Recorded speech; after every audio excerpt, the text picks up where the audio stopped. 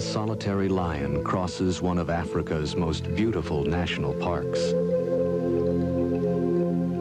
The Ngorongoro crater of Tanzania shelters some of the most spectacular natural wonders on Earth.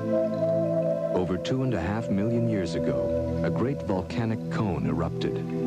When the dust finally settled, all that remained was a giant bowl 12 miles across, surrounded by a rim rising 2,000 feet above the crater floor. During the wet season, abundant rainwater flows down the walls of the crater to form Lake Makat, where flamingos return to feed by the thousands. The water absorbed in the crater during the wet season provides an ample supply of grass, which for most of the year supports a population of up to 25,000 large animals, including herds of wildebeest, water buffalo, elephant, rhinoceros, hippopotamus, and eland.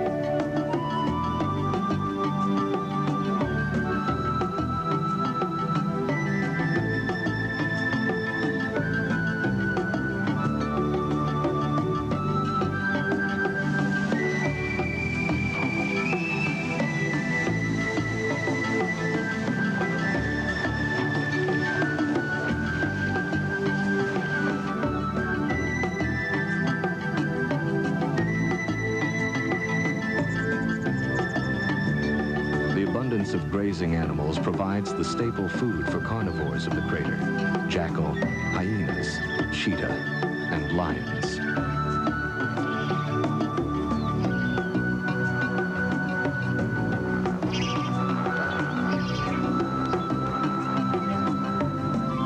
But of all the animals that are found here, it is the lion that dominates.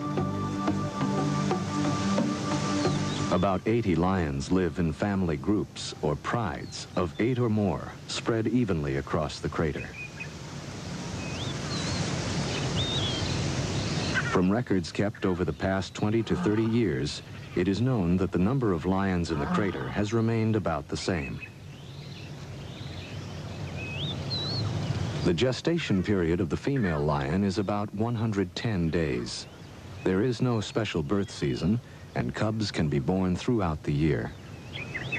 Like most cats, lions usually sleep or rest during the day for up to 21 hours. They will even rest between periods of feasting on a kill. Some will climb into trees to sleep, draped over the branches, to avoid insects that swarm over them on the ground.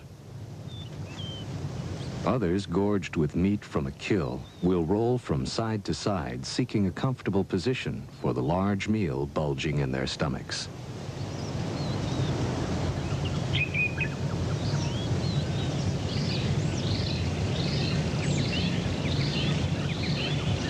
The pride is a complex social structure consisting of from 2 to 20 or more females and their cubs. The females are related to each other and usually remain together throughout their lives, as they do most of the hunting.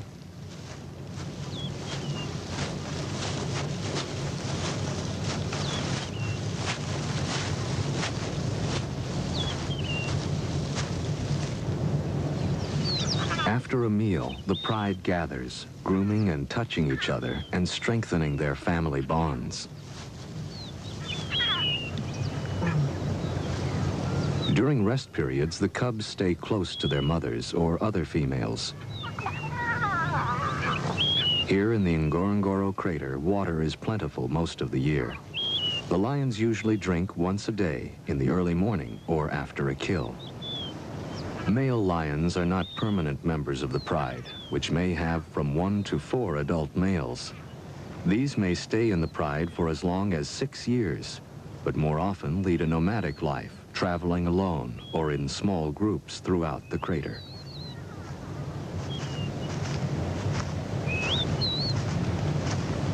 When hunting, the pride will either band in small groups or roam alone in search of prey.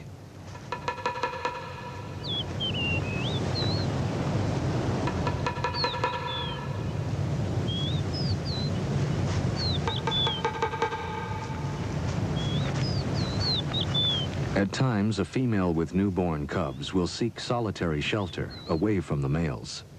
No one is certain if she chooses to leave or is forced away from the close social structure of the pride. Lions have few distinctive markings to assist in recognizing other members of the pride, especially over long distances. Therefore, they must approach another pride member in a direct manner, without hesitation. Should an approaching lion of the pride seem unsure of itself, it may be attacked as if it were a stranger. If a lioness is attacked several times, she may become unsure of herself and eventually leave her pride. In this way, the pride remains relatively stable in size.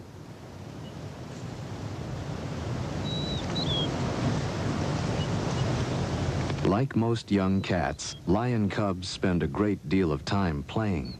Their games of attack prepare them for the lifelong search for food. These two, a male and a female, are about a year old. The females are less temperamental than the males and show little reaction to mistaken identity. So most females remain with the pride, while the young males are eventually forced to leave. By the time they are 2.5 to 3.5 years old, young males are forced out by the mature males, who take over the pride for mating. And so the pride receives an infusion of new blood from the mature males who fight for mating privileges. But in time, these males will be driven off by the younger breeding lions.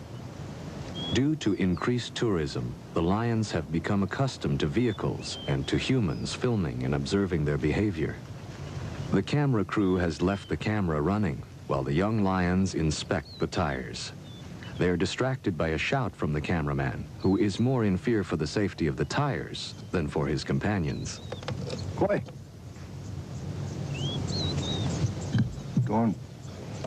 Don't.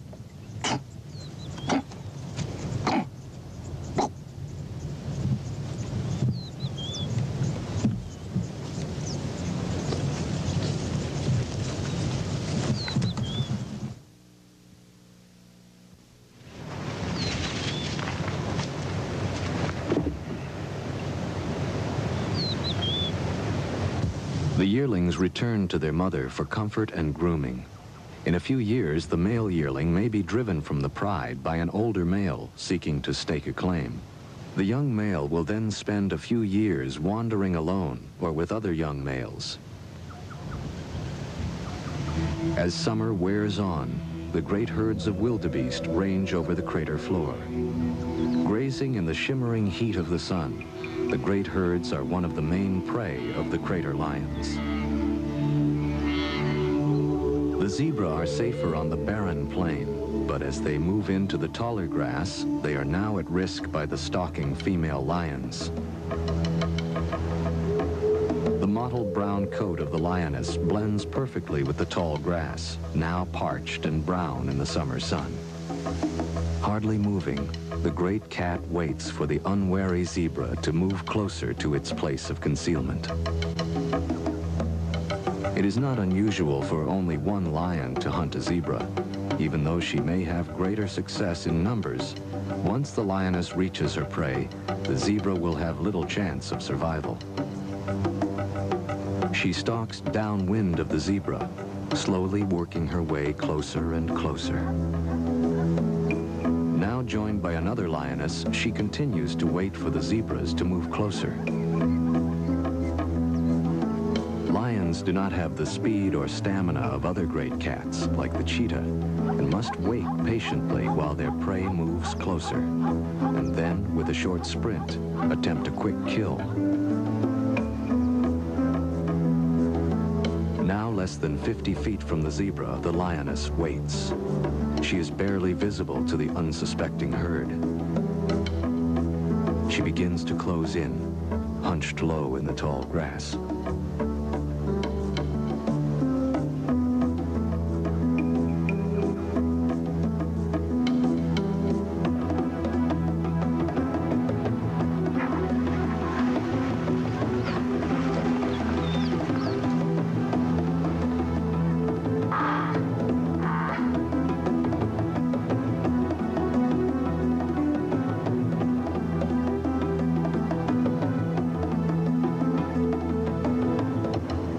lioness pins the zebra to the ground. The rest of the pride begins to devour the still living zebra.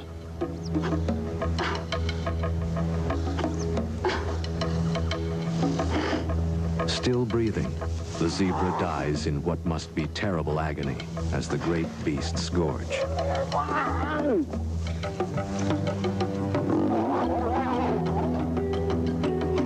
Their stomachs filled, the lions clean each other by licking the still fresh blood from each other's muzzles and coats.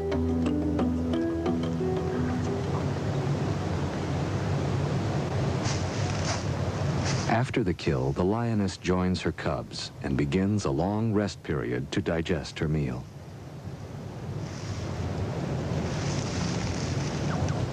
Some miles away, a second pride is preparing to hunt.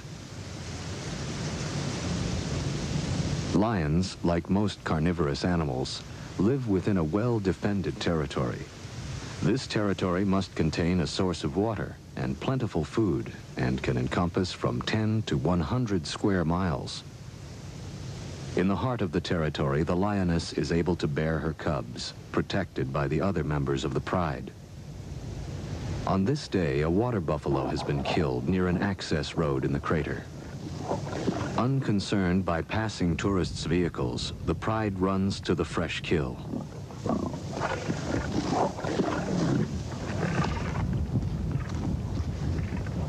The pride's territory is carefully guarded by the dominant males.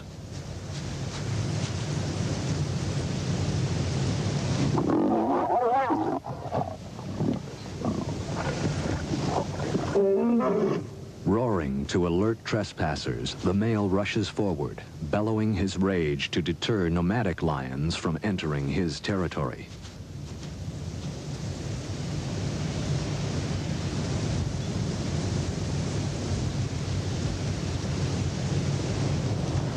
Now safe from outsiders, the pride is on the move, possibly searching for more game or a protected water source.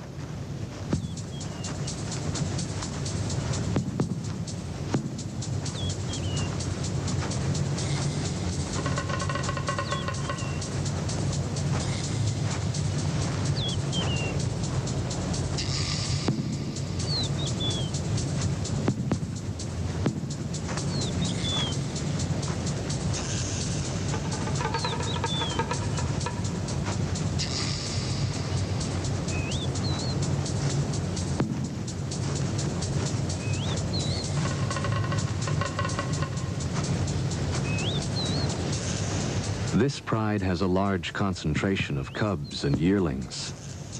Stretched out along the access road, they seem indifferent to time or distance as they slowly make their way, following the others.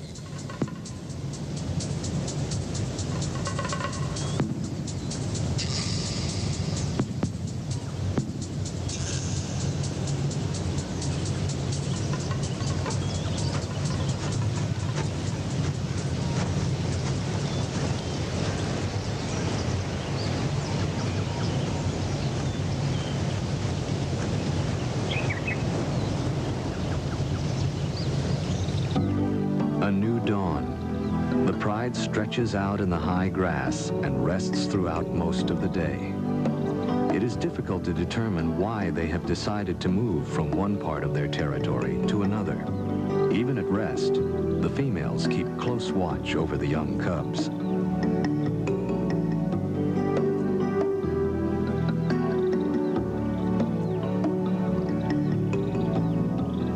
Lions have a well-defined system of communication. Using body contact, facial movement, and sounds, a lion expresses itself clearly to other members of the pride and to strangers who may try to enter its territory.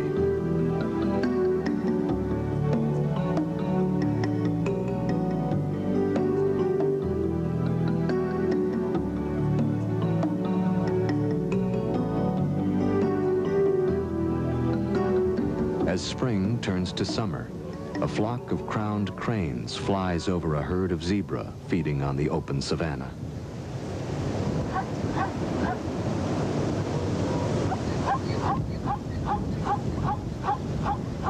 In the marsh, Chicks of the blacksmith plover search for small bugs and then seek shelter in the feathers of their parent.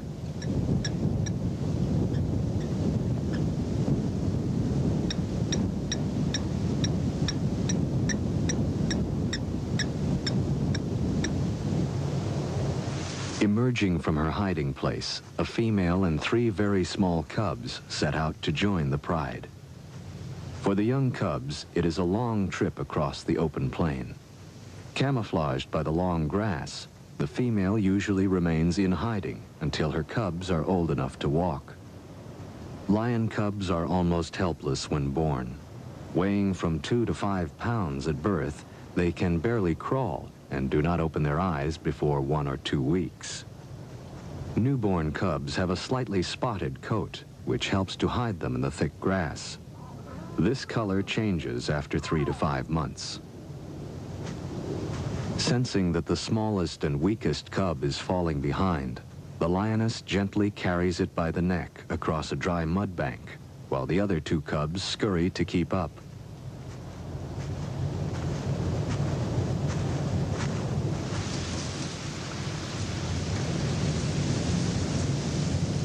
Slowly making her way past the others, she selects her spot.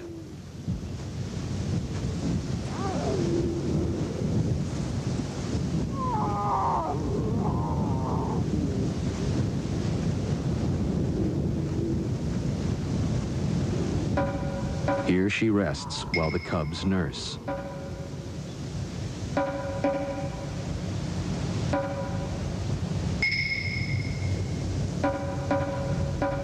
When several lionesses give birth at the same time, they frequently share the duties of raising all the cubs. This communal area then becomes the general meeting place for the entire pride.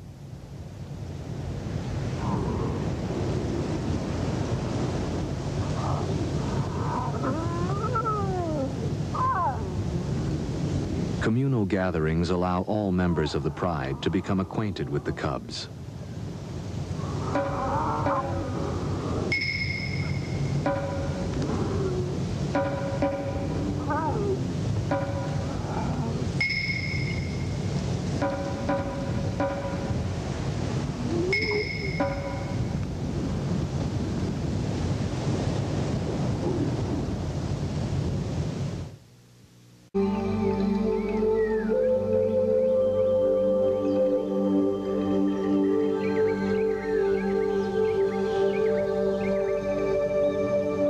As dawn breaks over the crater rim, a herd of elephants spray dust across their backs to discourage biting insects.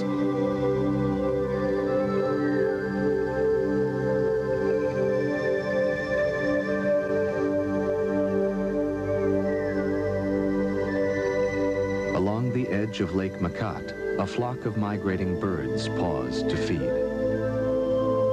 Among the trees, a small herd of zebra and an old elephant with only 1 tusk feed peacefully in the clear morning air. Near the lake shore, gazelles graze contentedly as they share their pasture with a flock of ducks. Knee-deep in the mud of the swamp, a huge water buffalo wallows contentedly. The buffalo is the lion's largest and most formidable prey, and is capable of putting a marauding lion to flight. Lions are usually wary of an adult buffalo, which can severely injure or kill an adult lion with its sharp horns. During the heat of the day, the pride rests in the soft, high grass. The lion leads a life without threat, for their only real enemy, the hyena, will not attack the entire pride. If caught alone on the plain, an adult lion and cubs, or even young adults, can be at great risk from a pack of hyena. In the afternoon, the yearlings spar with one another, or their mother, who usually gives them a quick swat for their trouble. Then, relaxed and seemingly full of affection for the cubs, the female joins in the afternoon play.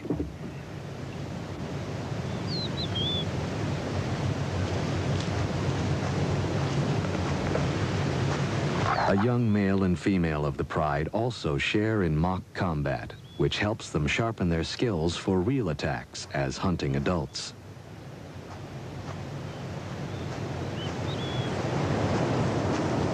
Late in the afternoon, the pride begins its quest for prey.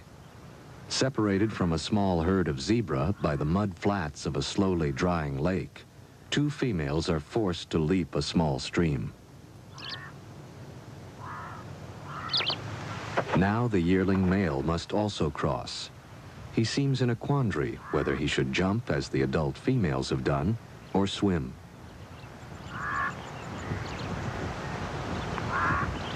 Most cats are excellent swimmers, but they will avoid the water unless it is absolutely necessary.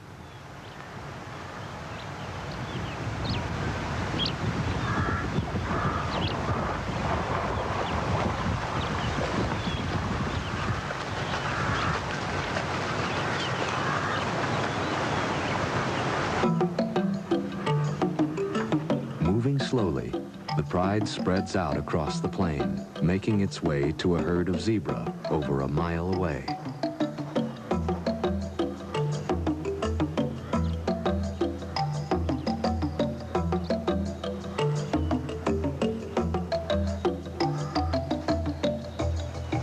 Screened by the high grass, the lions stealthily approach the zebra.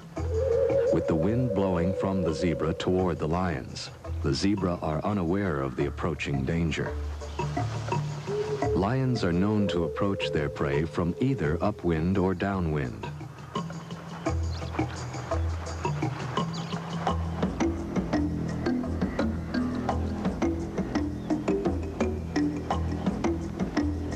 Time seems to stand still as the zebra slowly pass before one and then another of the crouching hunters.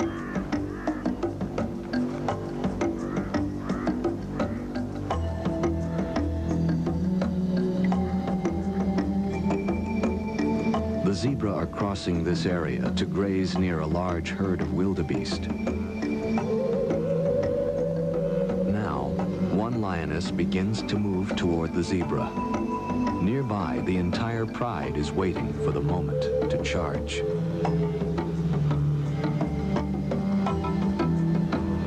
Both wildebeest and zebra now seem to sense the presence of danger and barely move, uncertain from which direction an attack may come. Then, as if spectators at a sporting match, the herd watches as the lion attacks.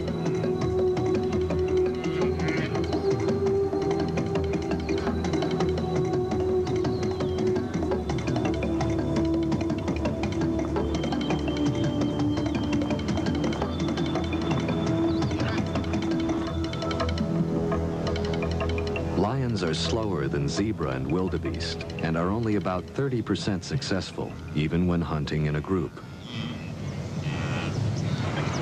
After resting, the pride prepares for another attempt.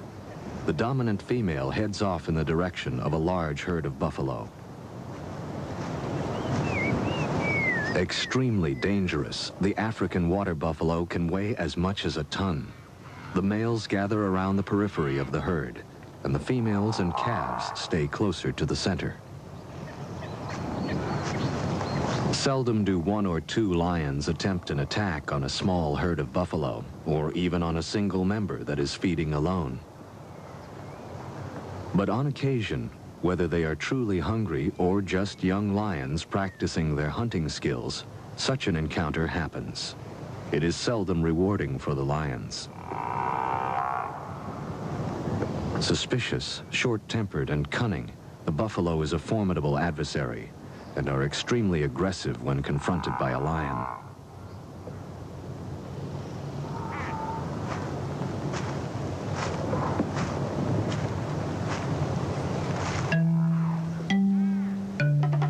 In such short grass, the lions come as close as they can.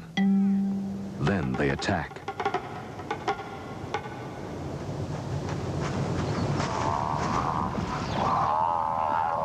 The buffalo are quickly outrun by the lions.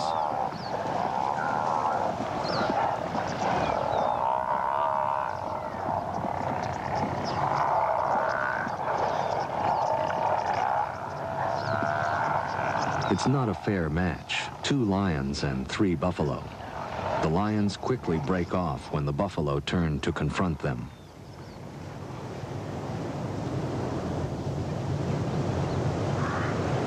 Closer to the lake, a larger herd is peacefully grazing.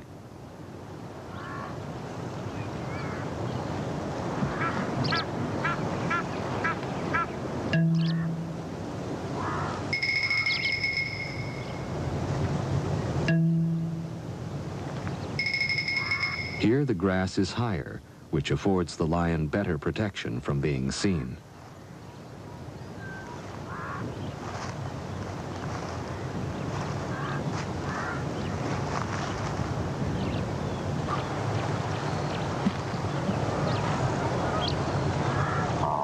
Working as a team, the pride takes up position along the edge of the buffalo herd and move in. Surprised, the herd bolts, then just as quickly, whirl around to face their attackers and counterattack. The buffalo chase after the lions, who are now fleeing for their lives.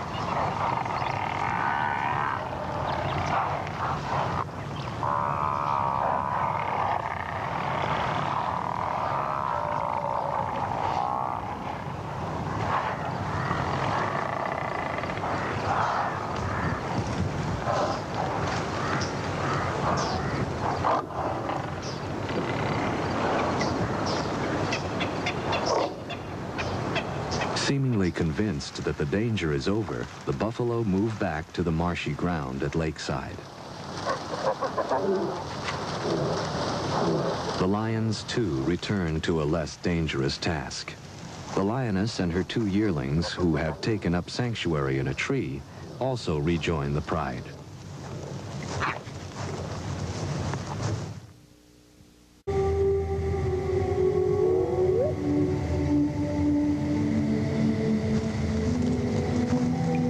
Late at night, the pride, hungry and on the prowl, move, cubs and all, to a better location for hunting within their territory. The dry season is well advanced, and the lake has lost nearly all of its water.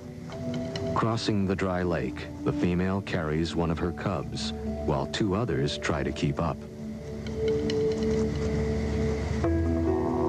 Somehow, the pride passes too close to a herd of buffalo, who try to trample the lions. In a valiant effort to protect the cubs, the lioness dashes at the buffalo, and then runs back to her cubs, trying desperately to guide them to safety.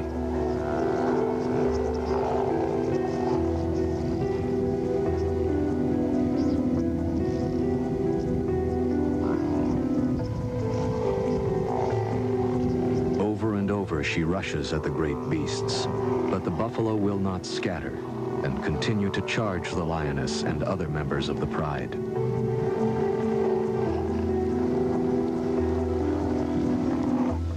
Dawn finds the savannah calm with no signs of raging buffalo. The pride has sought the shelter of a secluded spot.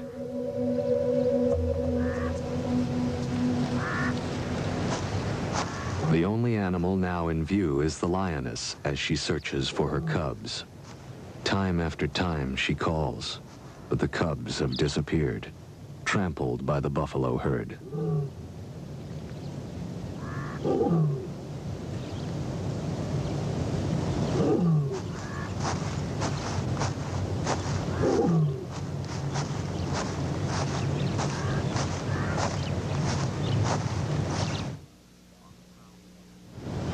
On the prowl again, the pride spots a lone buffalo feeding in the high grass along the edge of a swamp. Separated from its herd, a single buffalo is still extremely dangerous and must be approached with caution. This large male, with its ear torn from either previous attacks or thorn bushes, is joined by a wattled starling who makes a meal from the ticks that infests the hide of the bull.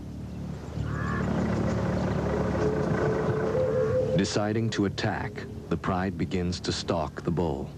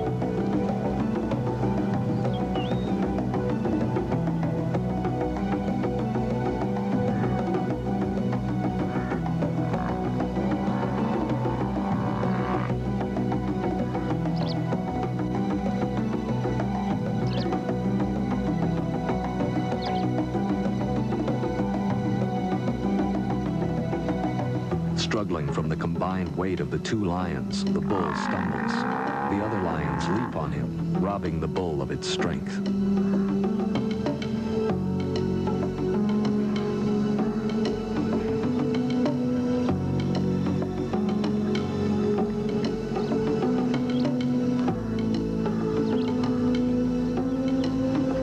A yearling bravely joins the fight and attacks the bull's head.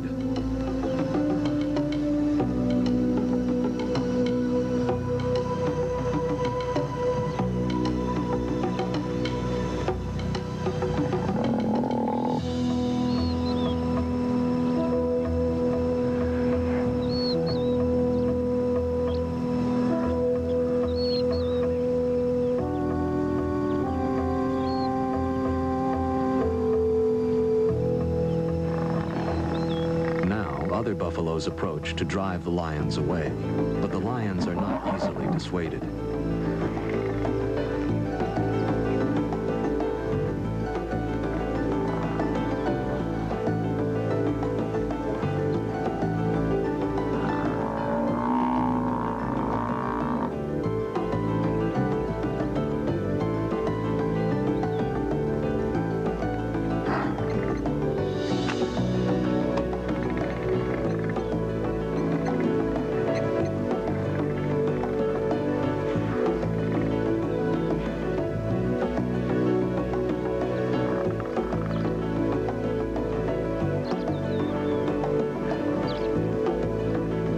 Having drawn blood, the lions continue to pursue the injured bull.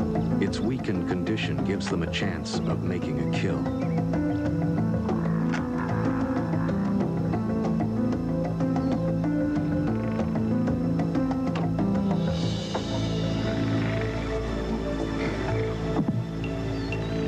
The injured bull seeks refuge in the swamp, but the lions hold their position at the edge of the herd.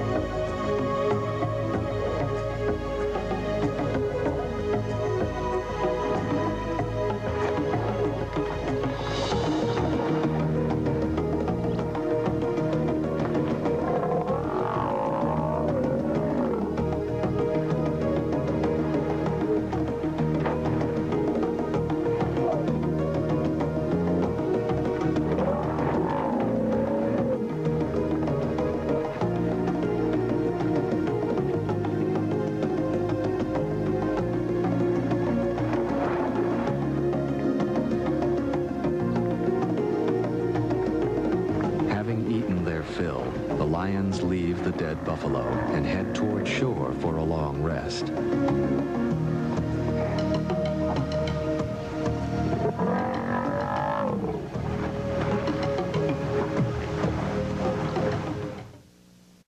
Great clouds begin to build over the crater as the dry season gives way to the wet. Lying at 3 degrees south, just below the equator, the Ngorongoro has only 2 seasons, wet and dry. November is the beginning of the wet, and as the rains fall, the season of renewal begins. Now the entire crater ecosystem absorbs the life-giving moisture, and the parched ground bursts into life. For all of the animals of the crater, it is a time of patient waiting until the rains stop.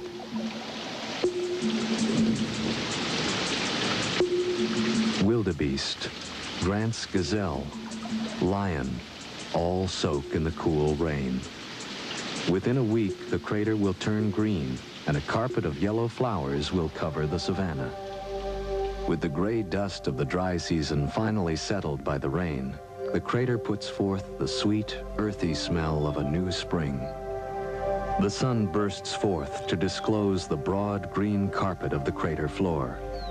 Now the lake will fill, frogs emerge from the mud, and millions of insects issue forth as a banquet for the thousands of birds that quickly return to this extraordinary valley.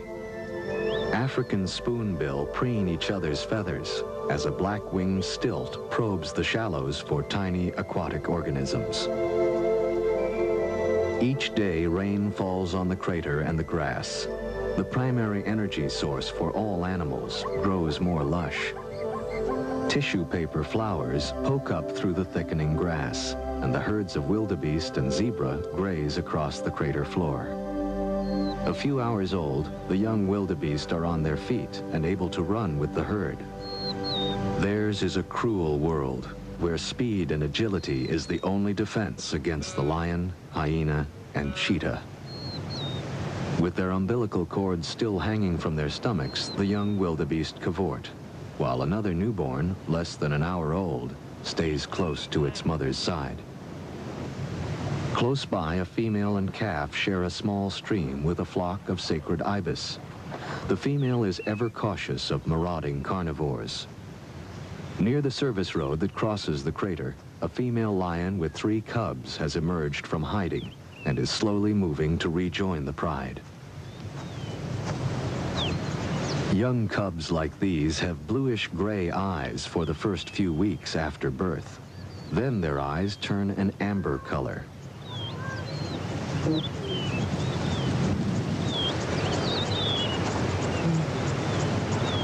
Between the periods of rain, the pride sleeps in the midday sun. Although cooler than the dry season, here at the equator, the days are warm and pleasant. With plentiful game, the lions are well fed and peaceful. Hidden from view of the pride, a young male has been in hiding for over a week, nursing injuries received during a hunt. Now it emerges, its hind leg obviously swollen with a festering wound.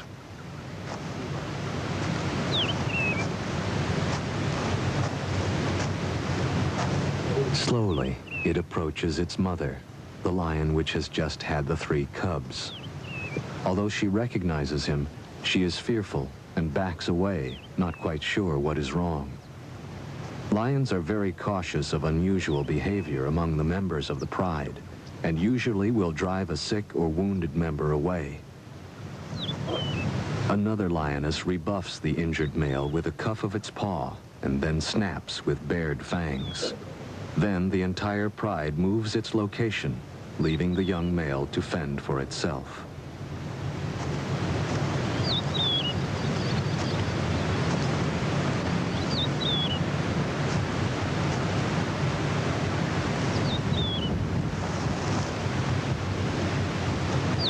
So weak it can hardly care for its wound, the male is no longer able to live with the pride. At nightfall, the pride will leave the area, and the young injured male will be left defenseless against a hyena attack.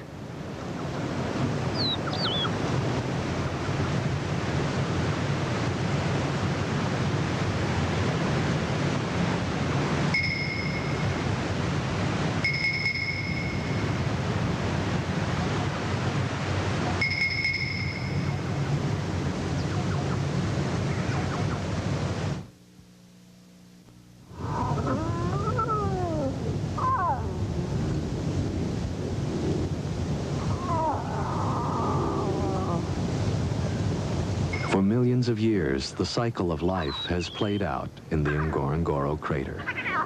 From its western rim, the land stretches out toward the Olduvai Gorge, where Lewis and Mary Leakey found the remains of some of man's oldest ancestors. Farther on, at Laetoli, Mary Leakey found footprints that were left in damp volcanic ash some 3,700,000 years ago by two-legged, upright walking primates, or hominids, possibly one of mankind's earliest ancestors. Looking at these prehistoric footprints, one can see where the two creatures, one possibly male and the other a female carrying a baby, had stopped and turned, as if sharing a moment of doubt. Man has shared the planet with animals for only a very short time. Early ancestors of the great cats and other animals of the crater lived in Africa for many millions of years before the emergence of any form of pre-human. Yet, in the last 100 years, man has so altered the environment that thousands of species of animals, birds, fish, reptiles, and plants are extinct. Today, the nations of Africa share a common dilemma. The need for more farmland has reduced the once great herds of wild animals that roam the continent. However, since the end of World War II, much has been done to establish national parks in order to save the remaining unique species in Africa.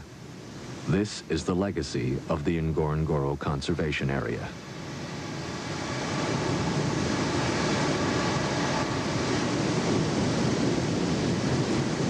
Controlled in part by the crater's 2,000-foot-high rim, most animals are still free to migrate in and out of the crater. A young female slowly climbs up the rim to seek another pride outside on the Serengeti plain. No one will know why she was forced to leave. But the life of the crater lions will pass on from one century to another, as long as modern man is aware of their fragile existence and is willing to exercise care. The infinite beauty and variety of the natural world is mankind's greatest treasure. All must exercise great care to preserve the environment and all of nature's creatures. Symbol of strength and majesty since the beginning of recorded history, the lion has always commanded man's respect. For centuries, it was considered an act of courage to kill a lion, and only recently have certain tribes given up the practice of a young man killing a lion as his rite of passage into manhood. Still free to roam the Ngorongoro crater, the lions are protected by the government. Located in the Arusha region of northern Tanzania, southeast of Serengeti, the Ngorongoro crater and its wildlife are one of the world's most beautiful sights and must be preserved.